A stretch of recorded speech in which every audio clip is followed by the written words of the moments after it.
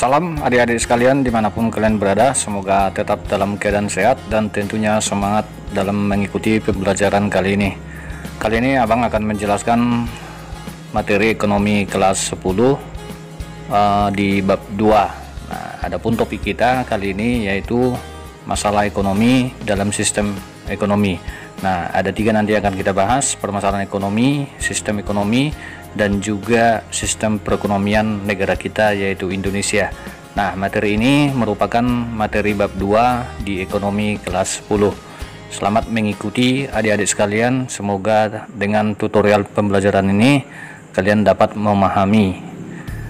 Nah, seperti apa tujuan pembelajaran kita? Jadi setelah adik-adik nanti mempelajari materi ini, tentu kalian diharapkan yang pertama, kalian nanti akan mampu memahami permasalahan ekonomi.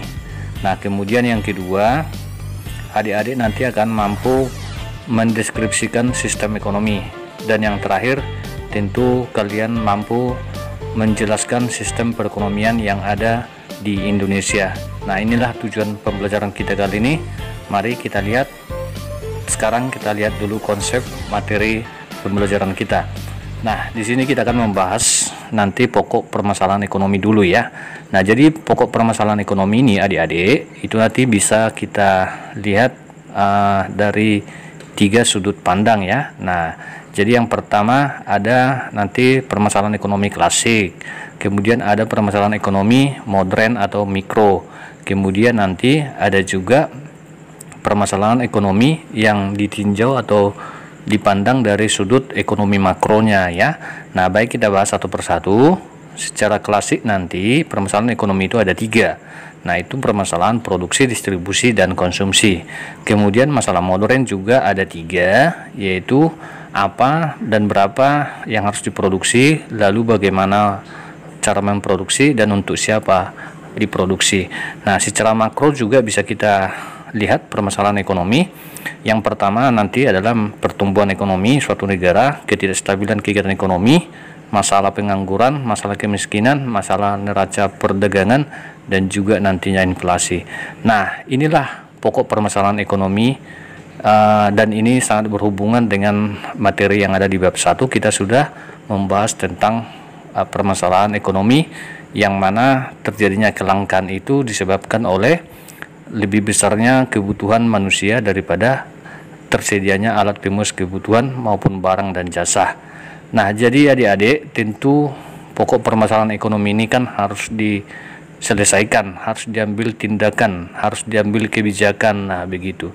Jadi semua permasalahan ini akan memunculkan yang namanya sistem ekonomi adik-adik. Jadi itu hubungannya. Inilah konsep materi kita.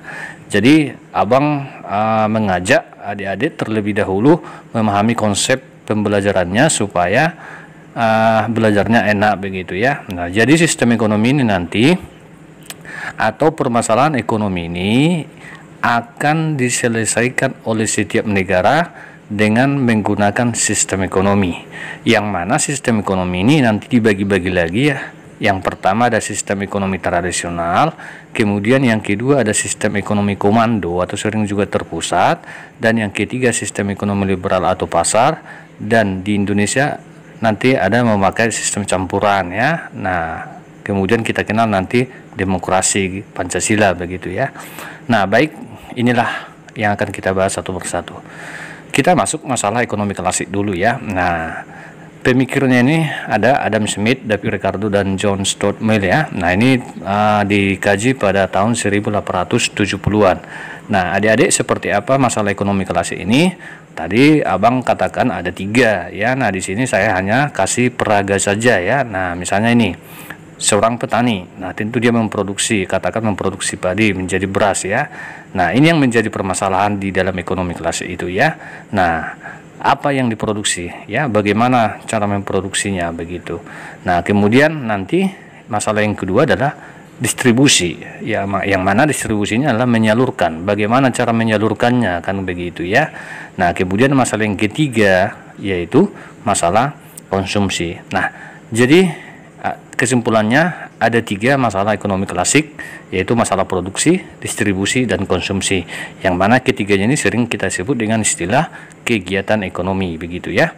Nah, kita masuk masalah ekonomi yang kedua, yaitu masalah ekonomi dari sudut pandang ekonomi modern ya. Nah, sering dengan perkembangan zaman adik-adik bahwa masyarakat itu semakin modern dan juga kebutuhannya itu semakin bertambah, semakin kompleks ya. Nah, ditambah lagi jumlah penduduk nanti semakin bertambah dari tahun ke tahun. Nah, tentu yang menjadi permasalahan di dalam ekonomi modern juga ada 3. Nah, apa itu?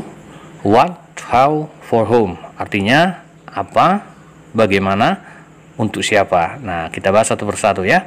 Nah, what artinya barang apa yang akan diproduksi, lalu berapa jumlahnya, kan begitu ya. Nah, itu yang harus di planning sebelum melakukan sebuah usaha misalnya. Nah, kemudian how, bagaimana cara memproduksi barang tersebut. Nah, inilah yang menjadi permasalahan di dalam ekonomi modern. Nah, apakah nanti dia menggunakan padat karya atau padat modal? Kalau dikatakan padat karya berarti masih menggunakan tenaga manusia, begitu ya. Nah, kalau padat modal berarti menggunakan modal dengan cara membeli mesin atau robot, begitu ya adik-adik sekalian. Nah, jadi pada intinya bagaimana cara memproduksi itulah yang menjadi permasalahan sekarang. Berarti di situ perlu yang namanya analisis bisnis, begitu ya. Nah, misalnya harus memperhitungkan berapa nanti keuntungan yang didapat kalau menggunakan tenaga yang manual. Nah, ya, itu tergantung pilihan. Makanya ekonomi itu disebut dengan pilihan. Kemudian yang ketiga, for whom, untuk siapa. Nah, itu sebelum melakukan produksi tentu harus dipikirkan dulu ya. Jangan pula nanti diproduksi lalu barang maupun jasa yang diproduksi tidak laku, begitu ya. Jadi harus tahu sasarannya atau pangsa pasarnya ya. Nah, begitu. Oke, saya rasa paham masalah ekonomi modern ada 3. Apa yang harus diproduksi dan berapa jumlahnya yang harus diproduksi, bagaimana cara memproduksinya, apakah menggunakan mesin atau tenaga manual manusia, atau untuk for whom ya, untuk siapa barang-barang itu diproduksi, begitu kesimpulannya. Nah, kita lanjut adik-adik. Kita masuk masalah ekonomi ya. Masalah ekonomi dari sudut pandang ekonomi makro, nanti ada masalah pertumbuhan ekonomi ya adik-adik ya. Nah, kemudian yang kedua ada nanti masalah neraca perdagangan, ini mengenai ekspor impor ya. Tentu ini berhubungan dengan devisa ya. Nah, kemudian masalah pengangguran juga ya. Nah, kemudian nanti ada masalah inflasi, kemudian ada masalah kemiskinan, dan ada masalah ketidakstabilan kegiatan ekonomi. Jadi semuanya ini disebut dengan ekonomi makro ya deh ya. Nah, jadi satu pun di sini yang bermasalah tentu ini akan menjadi masalah besar. Misalnya terjadi inflasi, itu akan menyebabkan pertumbuhan ekonomi terganggu. Kalau pertumbuhan ekonomi terganggu, maka nanti akan meningkatnya pengangguran. Nah, jadi kalau pengangguran meningkat, maka nanti biaya sosial semakin tinggi, kriminal semakin tinggi, begitu. Nah, kenapa? Karena kemiskinan sudah meningkat. Nah, itu semua saling berhubungan. Itulah masalah ekonomi yang dipandang dari sudut ekonomi makronya. Kalau dikatakan makro berarti dilihat dari secara agregatnya, keseluruhan, begitu ya adik-adik. Nah, kita sekarang masuk economic system. Tadi abang katakan semua permasalahan ekonomi tadi, baik itu masalah klasik, masalah modern, masalah secara makro, itu tentu diselesaikan dengan sebuah sistem ya, tergantung negaranya memakai sistem yang mana. Itu sebabnya sistem ekonomi nanti dibagi-bagi ya. Nah, kita lihat dulu apa pengertian ekonomi atau sistem ekonomi ini. Sistem ekonomi adalah suatu cara atau sistem yang mengatur kondisi perekonomian suatu negara itu sesuai kondisi negara itu sendiri, begitu ya. Nah, jadi tergantung negaranya memakai sistem yang mana nantinya. Nah, kita lihat dulu apa sih fungsi daripada sistem ekonomi ini. Di sini cukup jelas, adik-adik bisa baca. Yang pertama, tentu sebagai penyedia dorongan untuk berproduksi dan menghasilkan sesuatu. Selain itu juga nanti bisa mengkoordinasi kegiatan individu dalam sebuah perekonomian adik-adik. Kemudian mengatur pembagian hasil produksi di seluruh anggota masyarakat. Tujuannya apa? Agar bisa terlaksana sesuai dengan yang diharapkan, begitu. Dan yang terakhir, fungsi daripada sistem ekonomi ini tentu menciptakan mekanisme tertentu agar distribusi atau penyaluran barang itu nanti bisa berjalan dengan baik secara merata, begitu adik-adik ya. Nah, kita bahaslah macam-macam daripada sistem ekonomi yang ada di dunia. Nah, di sini bisa dibaca yang pertama nanti ada sistem ekonomi tradisional, ada liberal, ada campuran, ada terpusat. Nah, apa sih bedanya ini? Nah, itu yang akan kita bahas satu persatu ya. Nah, cara membahasnya gampang saja. Misalnya nanti tradisional, sistem ekonominya ciri-cirinya seperti apa, kemudian kelebihannya apa, kemudian kekurangannya apa, begitu ya. Nah, jadi karena sistem ekonomi yang 4 ini memiliki kelebihan dan kekurangan masing-masing, maka nanti setiap negara tentu berbeda-beda sistem ekonomi yang dianut atau yang dipakai ya. Nah, begitu adik-adik sekalian. Sekarang kita lihat yang pertama sistem ekonomi tradisional. Namanya tradisional ya. Nah, maka ciri-cirinya seperti ini, bahwa kegiatan ekonominya hanya mengandalkan sektor pertanian ya. Nah, kemudian yang kedua belum mengenal perdagangan, masih menggunakan barter, pertukaran barang dengan barang ya. Nah, ini bisa kita bayangkan pada zaman praksara lah, begitu ya, hanya sedikit menggunakan modal. Nah, kemudian masih terikat dengan tradisi dan belum mengenal pembagian kerja ya. Nah, begitu adik-adik. Jadi kata kuncinya adalah masih mengikuti tradisi ya. Nah, kemudian tentu ini memiliki kelebihan. Yang pertama, kegiatan ekonomi hanya untuk memenuhi kebutuhan sendiri, begitu ya. Jadi mereka belum seperti zaman sekarang, begitu ya. Nah, di mana manusia nanti sudah mengeksploitasi alam. Nah, itu sebabnya di sistem ekonomi tradisional itu alam kita itu tidak dieksploitasi secara berlebihan. Nah, itu kelebihannya. Kemudian dengan sistem pertukaran barter, masyarakat itu cenderung bertindak jujur ya, bukan berbohong untuk mencari keuntungan yang besar. Nah, itulah kelebihan sistem ekonomi tradisional. Kemudian tentu ada kekurangannya. Nah, apa itu?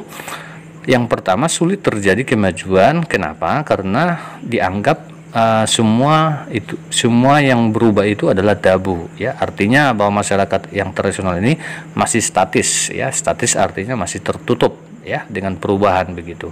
Nah, yang kedua belum memperhitungkan efisiensi dan efektivitas dalam hal memproduksi, begitu ya.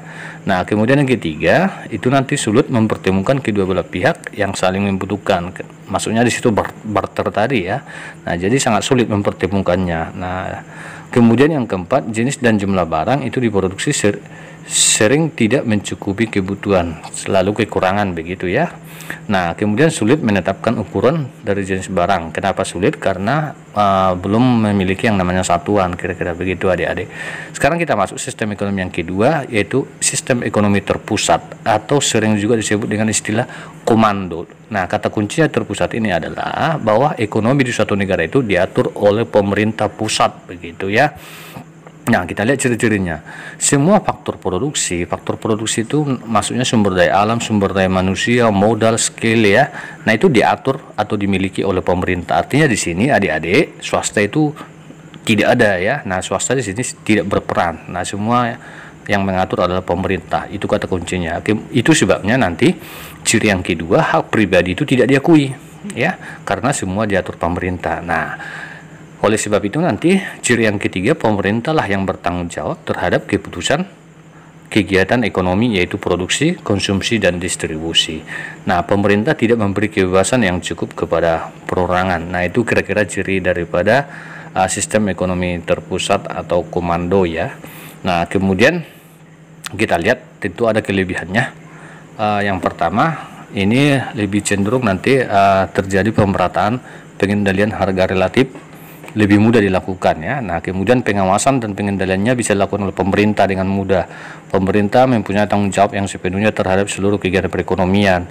Nah, kemakmuran juga itu menjadi merata, karena kenapa? Itu yang mengatur ekonomi adalah pusat atau negara ya. Nah, misalnya seperti Korea Utara, begitu ya.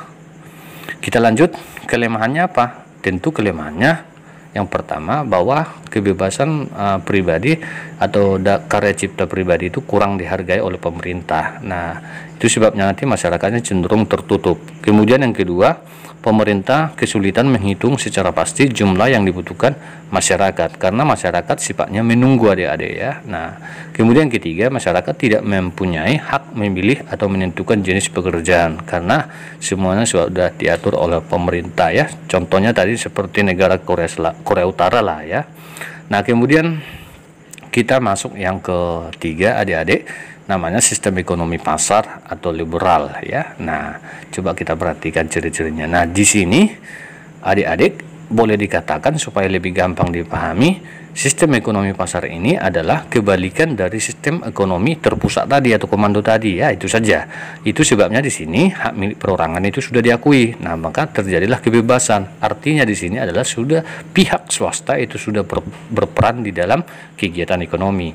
Seluruh aktivitas ekonomi itu dilakukan oleh swasta ya. Nah, terjadi persaingan secara bebas. Artinya, intinya bahwa sistem ekonomi pasar ini adik, intervensi pemerintah itu tidak ada. Jadi yang menggerakkan perekonomian suatu negara itu adalah pihak swasta begitu ya. Nah, tetapi nanti ini pun ada kelemahannya. Apa itu? Kita lihat dulu. Sebelum kelemahan kita lihat dulu kelebihannya. Adanya persaingan yang mendorong untuk kemajuan suatu usaha ya, karena tadi dipegang oleh swasta. Swasta itu berlomba-lomba untuk menjadi yang lebih baik. Campur tangan pemerintah dalam kegiatan perekonomian ini sangat kecil ya. Nah, bukan berarti tidak ada, cuman kecil begitu. Nah, kemudian produksi sesuai dengan permintaan pasar dan kebutuhan masyarakat. Pengakuan hak milik oleh negara sehingga bisa memberikan masyarakat untuk lebih semangat dalam berusaha begitu. Nah, apa saja kelemahannya? Tentu ini terjadi nanti persaingan yang tidak sehat. Kenapa?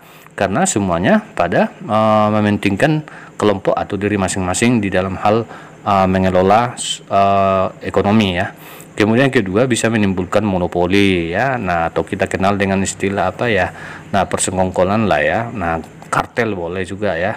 Kemudian yang ketiga, adanya praktik yang tidak jujur berlandaskan untuk mengejar keuntungan semata ya. Nah, ini nanti yang dirugikan tentu masyarakat. Nah, ini kelemahannya begitu. Jadi setiap sistem ini punya kelebihan dan kelemahan masing-masing. Kita masuk sistem ekonomi campuran. Nah, jadi karena yang liberal punya kelemahan, terpusat juga punya kelemahan, maka ada juga negara di dunia ini yang memakai sistem ekonomi campuran. Nah, sistem ekonomi campuran maksudnya dicampur antara liberal dengan komando begitu ya. Nah, ada sebagian perekonomian itu nanti dipegang oleh pemerintah dan ada sebagian dipegang oleh swasta, misalnya seperti Indonesia lah, negara kita, negara Indonesia kita memakai nanti campuran ya. Ada yang dipakai oleh pemerintah, ada yang dipakai dikelola oleh swasta ya. Nah, contoh yang dikelola oleh pemerintah kita misalnya ada PLN, ada Pertamina ya Dede ya. Nah, kita lihat ciri-cirinya, ini kombinasi antara ekonomi terpusat dan juga pasar. Sumber daya yang paling penting, misalnya kayak listrik, air, telekomunikasi, transportasi, itu dipegang oleh negara, pemerintah. Ini pas sekali contohnya dengan negara kita Indonesia ya. Nah, intervensi pemerintah ditandai dengan adanya undang-undang dan kebijakan ekonomi begitu ya. Nah, kalau misalnya nanti harga itu semakin tinggi misalnya di pasaran, karena harga di pasaran itu kan yang menentukan nanti pasar. Nah, itu bisa dikendalikan pemerintah dengan cara mengambil kebijakan, misalnya ada harga eceran tertinggi begitu adik-adik. Nah, sekarang kita lihat kelebihannya. Hak individu atau swasta itu jelas diakui oleh pemerintah, harga lebih mudah untuk dikendalikan. Karena kenapa? Terjadi persaingan. Kemudian sektor ekonomi yang dikuasai oleh pemerintah ya, sektor ekonomi yang dikuasai oleh pemerintah itu pada umumnya adalah yang vital ya. Nah, kemudian kelemahan sistem ekonomi campuran. Nah, tentu beban pemerintah lebih berat daripada swasta. Nah, yang kedua, ini nanti cenderung dia akan menimbulkan KKN, korupsi, kolusi dan nepotisme dalam pemerintah ya. Nah, yang kalau korupsi itu kan nanti mengambil uang yang bukan haknya. Kolusi ini yang paling berbahaya nanti juga, yaitu terjadi persekongkolan. Nah, coba Anda bayangkan kalau terjadi persekongkolan antara pihak swasta dengan pemerintah, tentu rakyat yang dirugikan ya. Oknum lah ya, oknum pemerintah misalnya ya. Nah, koruptor lah kita katakan. Nepotisme inilah kekeluargaan begitu ya. Nah, kemudian adanya anggapan bahwa karyawan yang bekerja pada pemerintah statusnya lebih tinggi ya. Nah, begitu. Oke. itu ada 4 sistem ekonomi. Cuman di negara kita, negara Indonesia, memakai campuran tadi, atau sering kita katakan dengan sistem ekonomi Pancasila ya. Nah, karena dasar negara kita adalah Pancasila. Nah, coba kita lihat dulu seperti apa ciri daripada sistem ekonomi Pancasila. Nah, ini dia adikku, mungkin anak-anak kami udah paham bahwa pengembangan koperasi, penggunaan intensif dan moral, artinya bahwa koperasi ini di Indonesia disebut-sebut sebagai soko guru perekonomian kita ya. Nah, kemudian kedua, komitmen pada upaya pemerataan ya. Nah, walaupun memang belum tercapai, tapi inilah yang mau kita capai ke depannya ya. Nah, kemudian ketiga, kebijakan ekonomi nasional, keseimbangan antara perencanaan terpusat. Nah, sekarang kita lihat dulu supaya lebih paham lagi bagaimana sih nilai-nilai dasar perekonomian Indonesia itu. Nah, ini dia. Yang pertama tentu anak-anakku sekalian, inilah yang tertuang di dalam Pancasila kita itu, yaitu kekeluargaan, kerjasama, gotong royong, keadilan, dan juga kemandirian. Nah, inilah dasar kita. Kemudian dampak positif demokrasi ekonomi Indonesia itu apa sih? Yang pertama, perekonomian disusun sebagai usaha bersama berdasarkan atas azas kekeluargaan.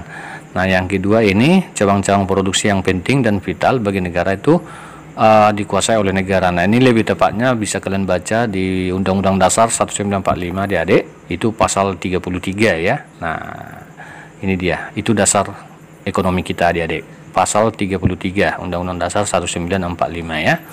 Nah, bagaimana dengan dampak negatifnya? Coba kita lihat. Perkembangan ekonomi modern dan tradisional itu berjalan secara tidak seimbang ya. Nah, kemudian yang kedua, pelaksanaan kebijakan oleh pemerintah untuk mengawasi perekonomian masih lemah. Dan selanjutnya, terdapat monopoli atas sumber produksi, muncul korupsi, kolusi, dan nepotisme. Nah, itu yang kita alami sekarang ini ya. Nah, mudah-mudahan materi yang saya sampaikan ini anak-anak kami sudah mampu memahami. Pada intinya, semua permasalahan ekonomi yang muncul itu diselesaikan dengan sebuah sistem. Nah, sistem itu tadi ada 4. Nah, keempat sistem itu mana yang paling baik, mana yang kurang baik, itu tidak bisa kita katakan, karena itu adalah termasuk pilihan daripada setiap negara. Tergantung negaranya memilih sistem yang mana yang cocok di negaranya ya. Itu sebabnya tadi dikatakan bahwa sistem ekonomi itu adalah sebuah aturan yang dipilih oleh sebuah negara untuk mengatur kegiatan ekonominya sesuai kondisi negara masing-masing. Begitu adik-adik sekalian, sampai ketemu di materi saya selanjutnya. Kita akan membahas nanti mengenai bab 3 ya. Nah, salam dari Sir Alpen ya.